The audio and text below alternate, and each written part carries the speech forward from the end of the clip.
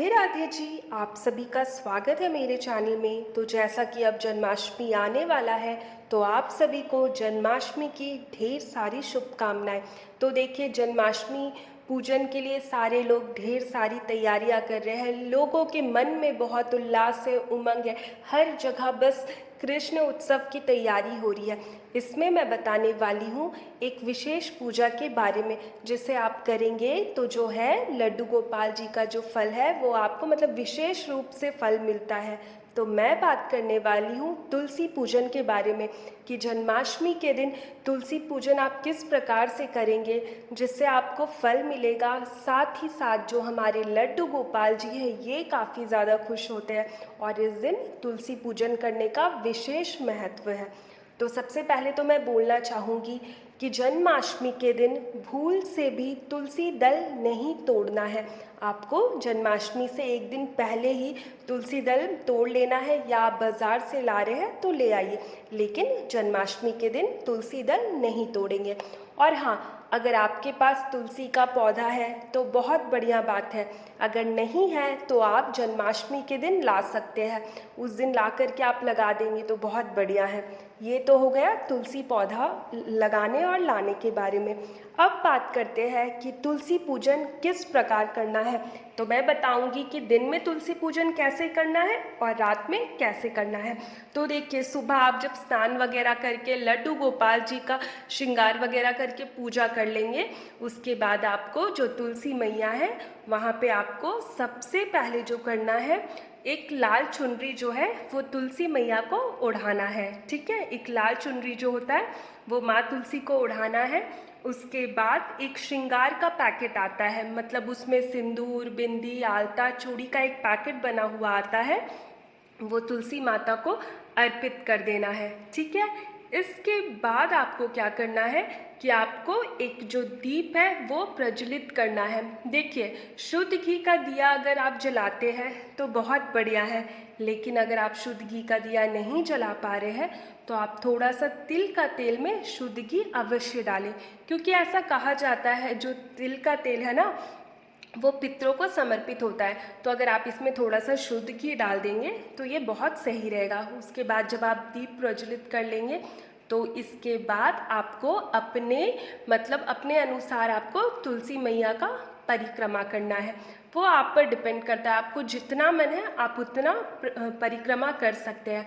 और परिक्रमा करते समय आपको बोलना है ओम नमो भगवते वासुदेवाय।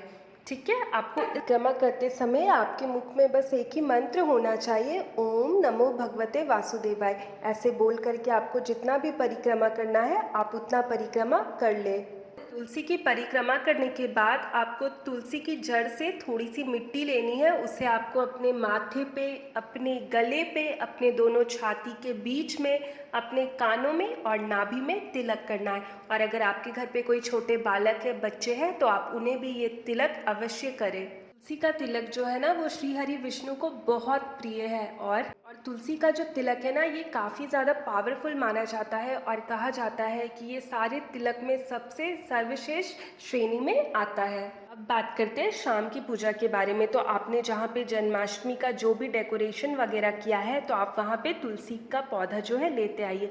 और अगर आप नहीं भी ला रहे हैं तो जहाँ पे भी आपका तुलसी का पौधा है वहाँ पे आप थोड़ा अच्छे से डेकोरेशन वगैरह कर लीजिए। इसके बाद जो आपको करना है वो ये कि आपको जोत जलाना है, जो कि अखंड जोत आपको प्रज्वलित करना है। तो इसमें आपको अच्छे से घी डाल देना है।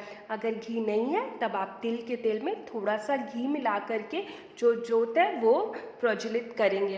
और हाँ, जन्माष्टमी में तुलसी में जल डाल सकते हैं तो बिल्कुल डाल सकते हैं, लेकिन ध्यान रखिएगा कि जो जल आप डाल रहे हैं उसमें थोड़ा सा दूध डाल के डालें।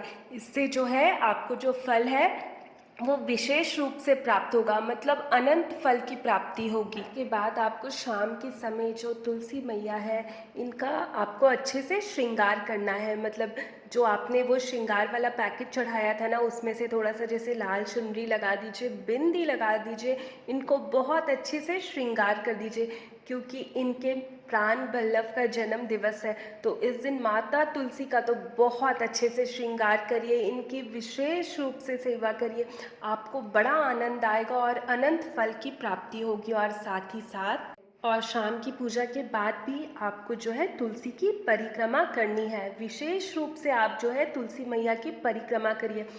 और आप सभी को तो पता है, जो हमारे लड्डू गोपाल जी है, जो हमारे विष्णु भगवान जी है, ये जो भोग है बिना तुलसी दल के ग्रहण नहीं करते हैं। मतलब समझ लीजिए कि इनको तुलसी कितनी प्रिय है।